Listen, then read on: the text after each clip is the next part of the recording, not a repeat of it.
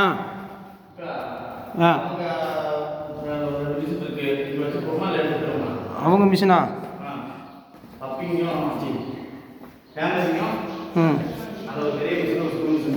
சரி, எடுத்துட்டோம் கிளம்பிடுவோம். ஆ ம் எடுத்து எக்ஸலில் வை. ஆ எக்ஸலில் வை, அப்படியே எடுத்து கொண்டு போய் நீ ஒரு பை மட்டும் கையில் வச்சுக்கோ. ஏன்